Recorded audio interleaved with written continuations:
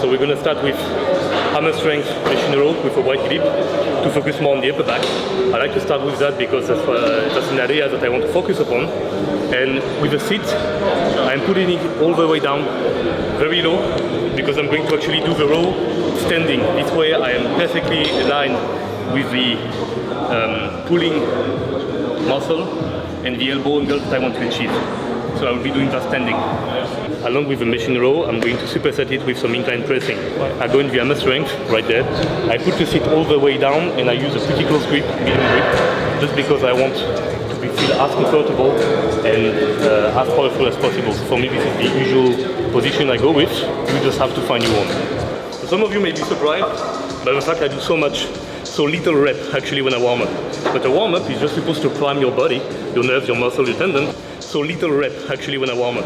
But a warm up is just supposed to prime your body, your nerves, your muscle, your tendon to the upcoming effort. It's not supposed to be a real set and a real effort by itself. So when you're warming up, except for a really lightweight where you can really go high rep to warm up everything up, rise the body temperature, lubricate the joint, there is absolutely no need to do more than 5 reps per set. So I just do 1, 2 or 3 reps per set. This way I'm totally primed but not tired when I go into my working set.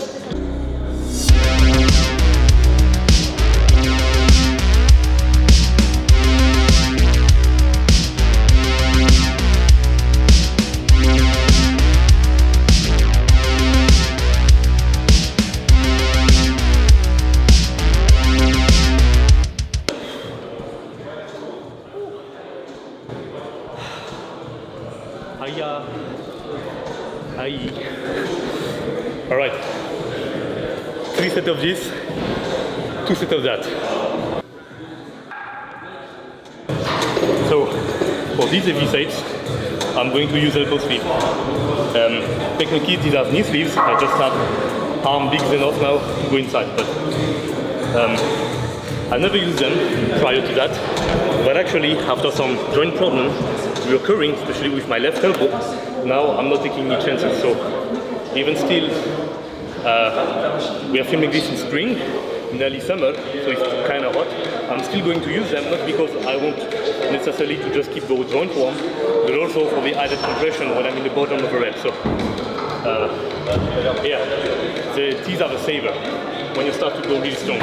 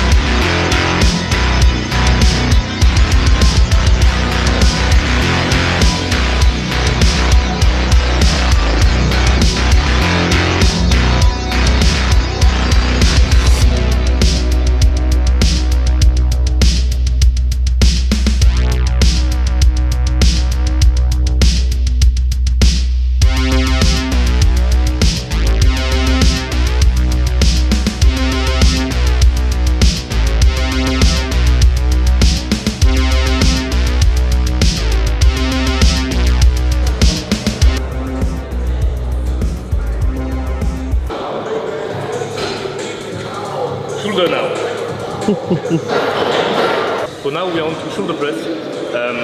Normally I have done it as first exercise for years, but I have had some little tendonitis issue with my left elbow.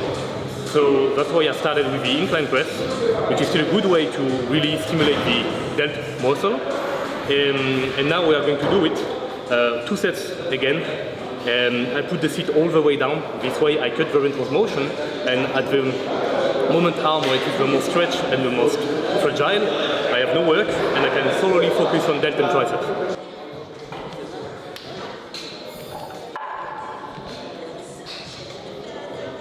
And for this machine row, now we'll be doing lat bias row. So I'm going to put the seat all the way up.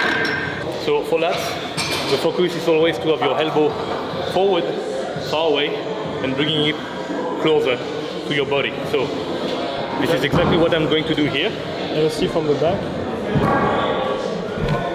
Close grip. I press with my other arm. And like this.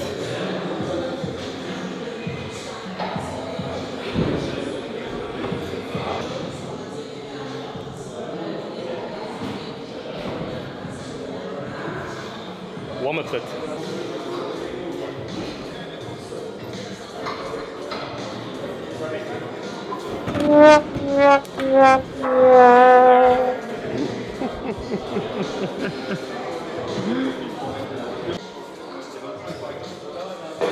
I went through the 5 stages of grief in 3 seconds.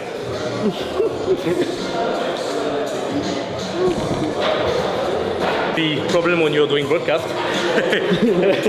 So I'm just going to do 2 sets, and I will be doing high reps because it's basically a little less than 6 plates, so it's easy.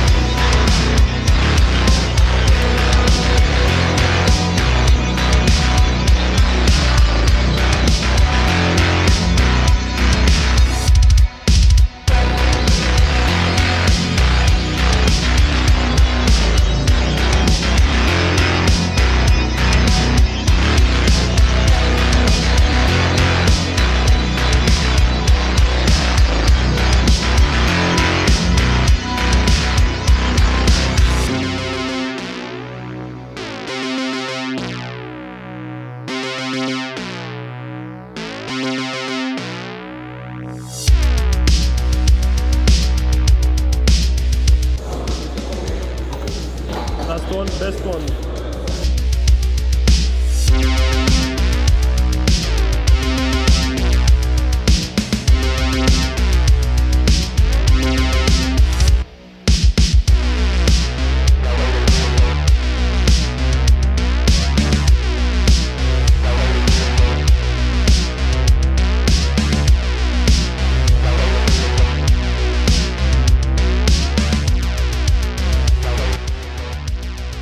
So then, as a third exercise, I'm moving on to the arm portion of the training. So I'm going to go on this flat bench press machine. And what is great about it is that I can go close grip with a very flat back to bias as much as possible the triceps. And also, here, I can reduce the range of motion in the stretch position by using plates under the stock bar. That way, it's not too much stretch, and on my first rep, I'm not in a precarious position to press from. So, no guarding the shoulder, not taking any chance with heavy weights. Close grip, and I put my feet on the bench to really be flat back. And then eventually, maybe I'll put them on the floor, but I will keep a very flat back to have as much range of motion as possible throughout the shoulder and the elbows of the tricep. I'll be doing pinwheel curl, hammer grip like this to bias more the brachial and brachioradialis, but I'm going to use flat grips to get more forearm as well.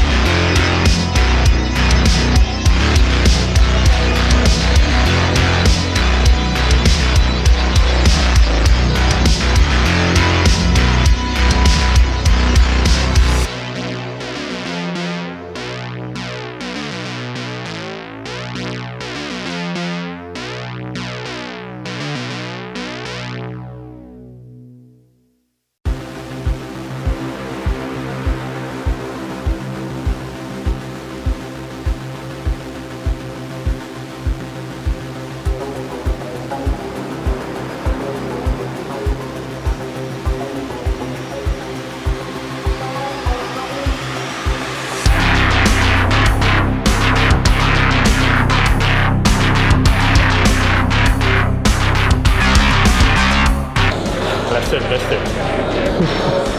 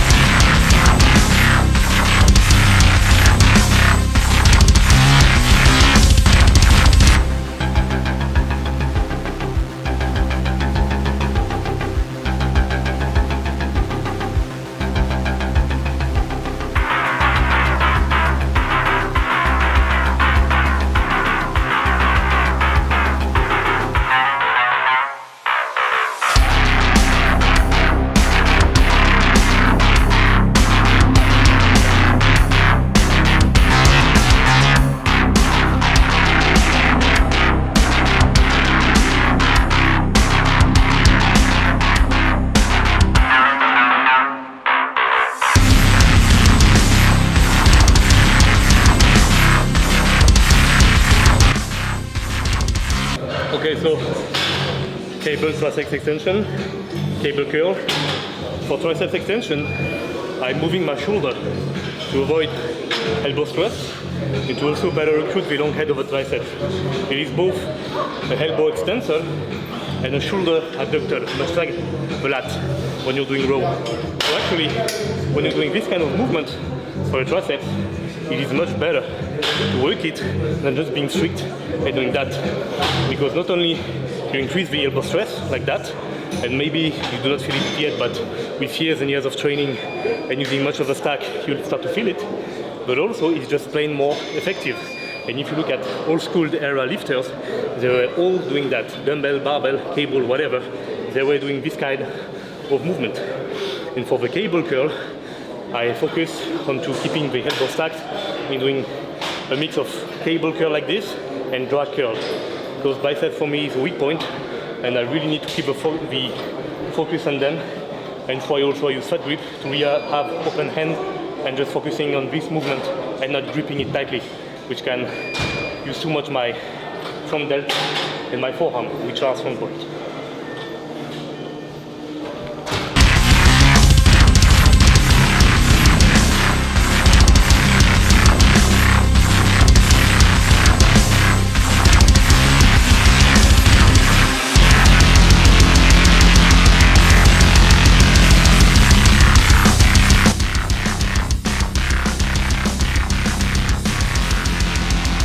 Okay, so for arms we're done.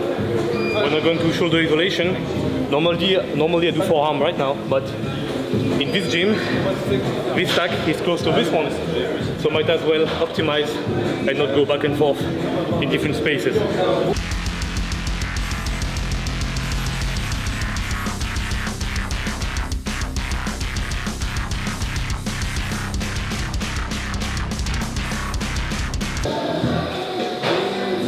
So we're going to shoulder now, 2 sets of lateral raises. I like to do it standing. Normally it was supposed to be seated, but you do what you do. And the focus is really on the lateral delt of the round shoulder.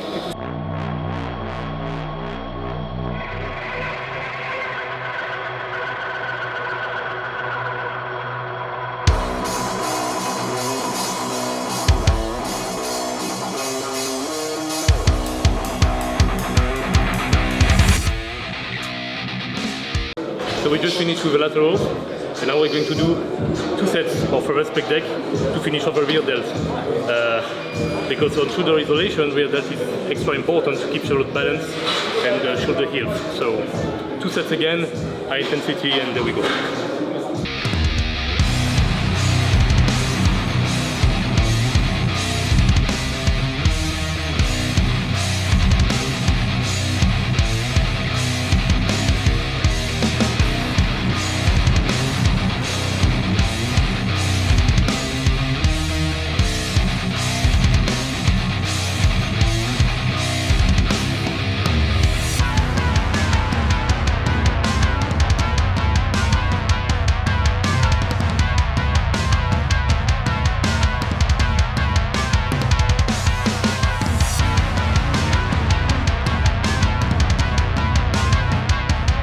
now that we are done with shoulder isolation, I'm going to go into forearm isolation because I want bigger forearm as big as possible. So we will go with wrist curl, fat grips on a straight bar, and with coordinated curl. For this exercise there is a specific setup, and I have to give a huge shout out to Old School Strength. I'll put a link in the bio.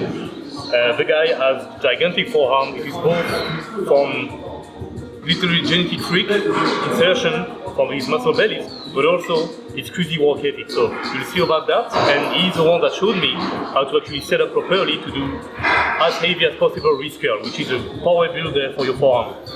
You essentially go with fat grip like this. You pin the forearm together, you squeeze out your biceps, and when you go down, you will go as far as possible, as bent over as possible on the bench to be stacked, like this.